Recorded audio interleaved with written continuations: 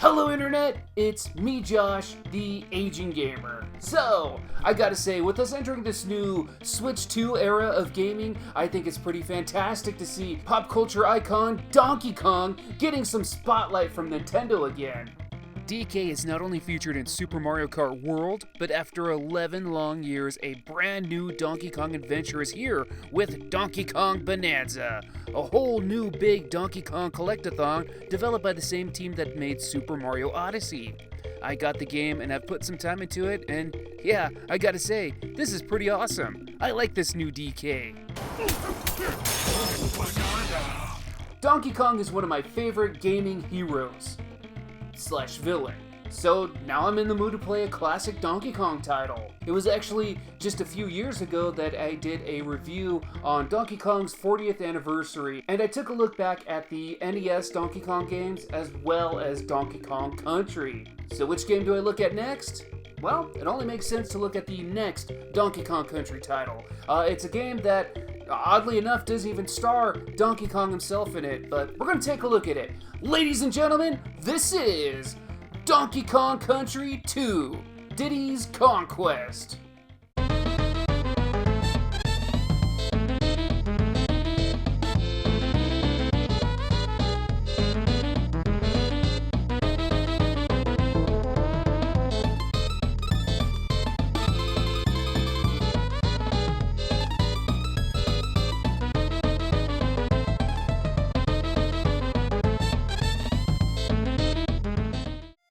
So, Donkey Kong Country 2, Diddy's Conquest, often mistakenly called Diddy Kong's Quest, is the follow-up to the smashing success of Donkey Kong Country. Released in 1995, only a year after the first title, the game's development team, Rare, wanted to make a sequel that felt different than before. They wanted a game where the levels weren't as linear. They wanted to make a game that was more challenging. They wanted to make a game that encouraged the player to switch between the two playable characters. And oh boy did they accomplish all these things. But going back to the playable characters, when Rare was developing this game, they made the risky, bold move of not having Donkey Kong playable in this game. Instead, that role went to Diddy Kong. Which, a bit of trivia for you, out of all the Donkey Kong Country games that have been released, Diddy Kong holds the crown for being the most playable character in the series, even over Donkey Kong. That's crazy. Good for Diddy. And Diddy Kong plays just as he did in the first game. As for the other playable character, making her video game debut, we are introduced to Diddy Kong's girlfriend, Dixie Kong. She's a small little monkey like Diddy, but there are some differences. Diddy Kong is faster and feels like he can jump further. Dixie Kong, however, can jump higher, and also has this gliding technique she can do by spinning her ponytail in the air. This makes Dixie great for exploring in levels, and also makes it easy to cheeseball certain areas of the game. She's not just another Diddy, she plays very different, and because she's so unique, fans absolutely welcomed her into the franchise with open arms. So much, in fact, that Dixie Kong became the face of the third game in the series, Donkey Kong Country 3, Dixie Kong's Double Trouble. But that's another video for another day. These two monkeys are great on their own, but they also have a few double team moves, like launching each other, and also using each other to get those hard to reach spots. So, why exactly is Donkey Kong not playable here? Well, the story goes that one day after DK and Diddy's adventure from the first game, Donkey Kong was chilling on a beach, enjoying some banana milkshakes. The evil King K. Rool returns and captures Donkey Kong. K. Rool leaves a note behind stating that if they ever want to see Donkey Kong again, the rest of the Kong family better hand over their banana hoard. Diddy refuses and instead chooses to go on an adventure. With Dixie by his side, they both set out to rescue Donkey Kong. And now we enter the game itself, and my god, even more so than the last game, developers Rare, along with legendary video game composer David Wise making a return, have made such a unique yet beautiful world to venture through. I don't know how to explain it, but the landscapes and level designs developed here combined with the mysterious and adventurous music really gives this game a unique experience, especially compared to other platformer games at this time. It's the perfect blend you can really only understand by playing the game itself. This title has so much personality, and visually, it's stunning. For a 30-year-old game anyway, we get the return of those 3D render sprites that were used in the first game. And man oh man, they look great here! All the characters here are just so expressive. The Kong's got so much personality. And hell, look at Rambi! And the detail to the backgrounds are amazing as well. There's some levels like this one where as you progress you can see the sun starting to set, turning a beautiful blue sky into a more violet sunset. There's also these beehive levels that would look fine on their own, but they added this honey overlay that makes the stages somehow feel more sticky. And there's a lot of levels that have some visual weather effects, like gloomy skies, unsettling fog, and dark rainstorms. It's little things like this that subliminally give that feeling of dread while playing. It makes passing each level feel like you're really progressing on a real adventure. And let's talk about some of the levels here too, because Donkey Kong Country 2 isn't just more of the same from the first game. These levels are way more challenging than before, and each level is so memorable because they all kind of have their own gimmick. Like there's levels like this one where you're drifting on hot air balloons while avoiding hazards, and there's also this one where you're blasting through barrels in hopes of avoiding falling into the swamp. I like these underwater ones too. Here you have to use your buddy Clapper to cool down the water momentarily, and you have to hurry to the next section before the liquid warms up again. There's also this underwater stage where you use another animal friend, Glimmer, to help you see through this dark maze-like level. Some of the more aggravating stages to play are still really memorable too, like this roller coaster stage where you have to hit green light barrels to proceed, and this stage where the floor is rising and it feels like you have every bad guy in the game coming at you, and you still have to worry about avoiding being squished.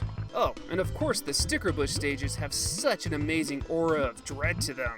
There's over 50 levels in this game where we'll travel on ships, caves, a carnival, haunted swamps, beehives, magma caves, and so much more. A lot of these levels are tough. This game is definitely no cakewalk. Also, throughout the stages, you might come across some of your animal buddies. While Espresso the ostrich and Winky the frog don't return, we do see some familiar faces, like Rambi the rhino. We also again see Ungard the swordfish. Getting a more significant role from the last game, Squawks the parrot appears and he can even attack enemies. New animal buddies also appear, like Rattly the rattlesnake, who can do some crazy high jumps.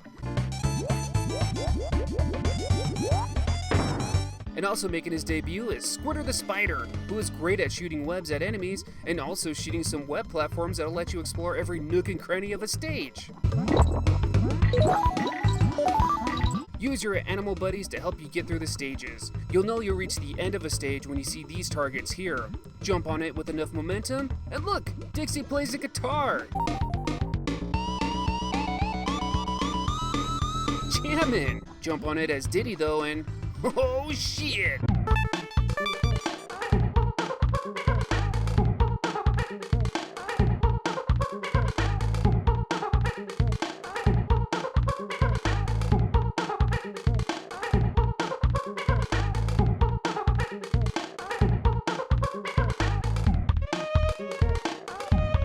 That song is quite an awesome little ditty. A ditty if you will.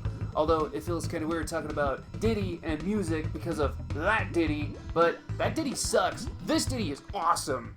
And speaking of characters, there's a few other Kongs you'll meet up with throughout the game. We of course get the return of Cranky Kong. Talk to him to get advice on where to find some bonus levels. We get introduced to Wrinkly Kong, wife of Cranky Kong. She'll allow you to save the game, essentially replacing Candy Kong from the first game. I guess the sex appeal was too much. Not that this is sexy whatsoever. Also making their debut, Swanky Kong. He hosts a game where if you answer his questions correctly, you'll get extra lives.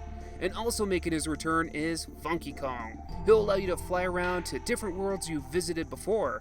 But most importantly, seeing him plays another banger of a track.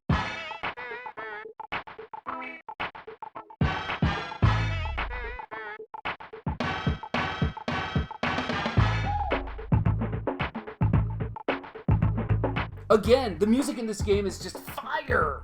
So when I did my review on the first Donkey Kong Country game, one of my biggest criticisms was its boss fights. I felt the bosses were rather weak and formalic, even the final fight with King K. Rool.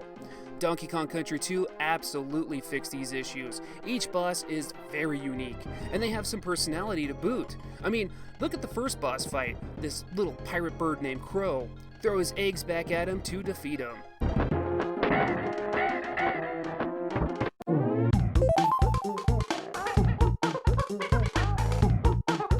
He then reappears as the 5th boss fight.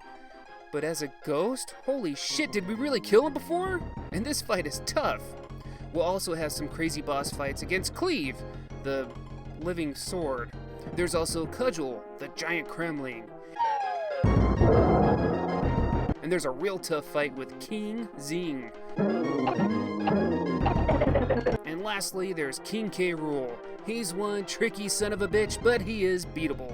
Let's kick his ass!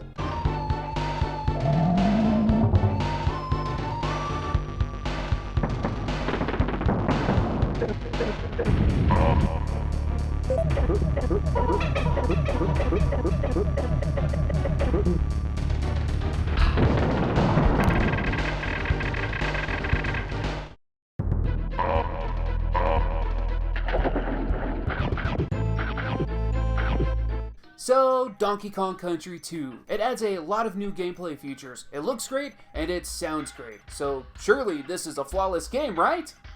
Well, no.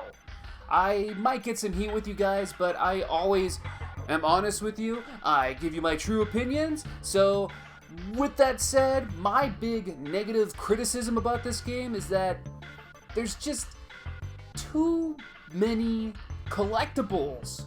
So after beating the game, I find out I only completed 61% of the game? How? I freaking beat it! Well, yes, but also I didn't find all the collectibles.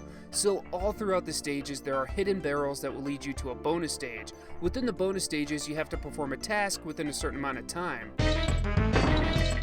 Complete the task to get Krem coins. There's 75 Krem coins total in the whole game.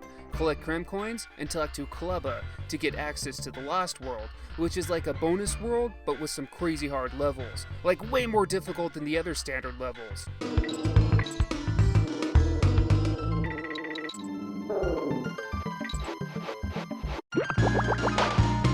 Beat all the Lost World stages, and you'll have a new boss fight with King K. Rool, and you'll get an extra ending. But that's not all, you still won't be at 100% game completion, because also hidden throughout the game are these giant DK coins. There's one in every standard level, and a lot of these are pretty hard to find. You can keep track of how many you have by looking at Cranky's Video Game Heroes. Hey, look! Mario! Yoshi! Link! I love these characters. Cranky's got some good taste. And, hey, no hopers. Is that Sonic the Hedgehog's shoes? And Earthworm Jim's gun?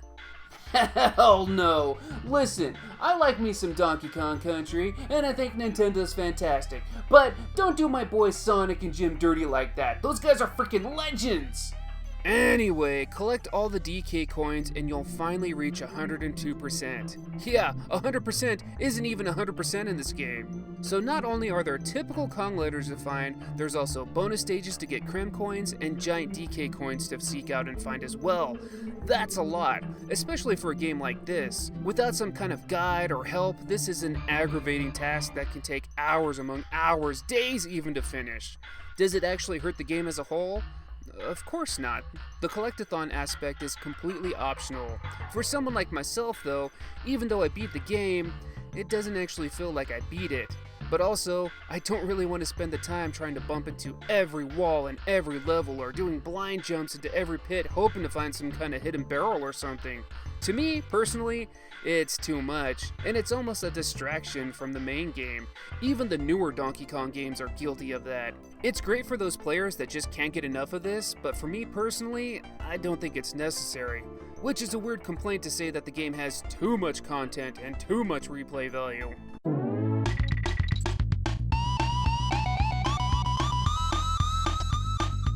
But all in all, Donkey Kong Country 2 is hands down one of the best games you're going to play on the Super Nintendo. It's a definite top 10. It's a game that made a Genesis kid like me jealous of the Super Nintendo.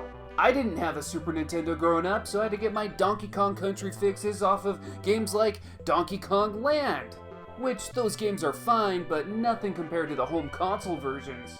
Diddy's Conquest is a must-play and a Super Nintendo essential. Everything about this game is charming, from its character designs, to music, to everything else. And despite its charming, kiddish design, this is a game for the more hardcore players. It's tough, I mean, it's no Contra, but this game's level designs are made for those with quick reflexes and good hand-eye coordination. Timing is everything here. But it's great. It's an epic adventure that if you somehow missed out on, should go out of your way to experience.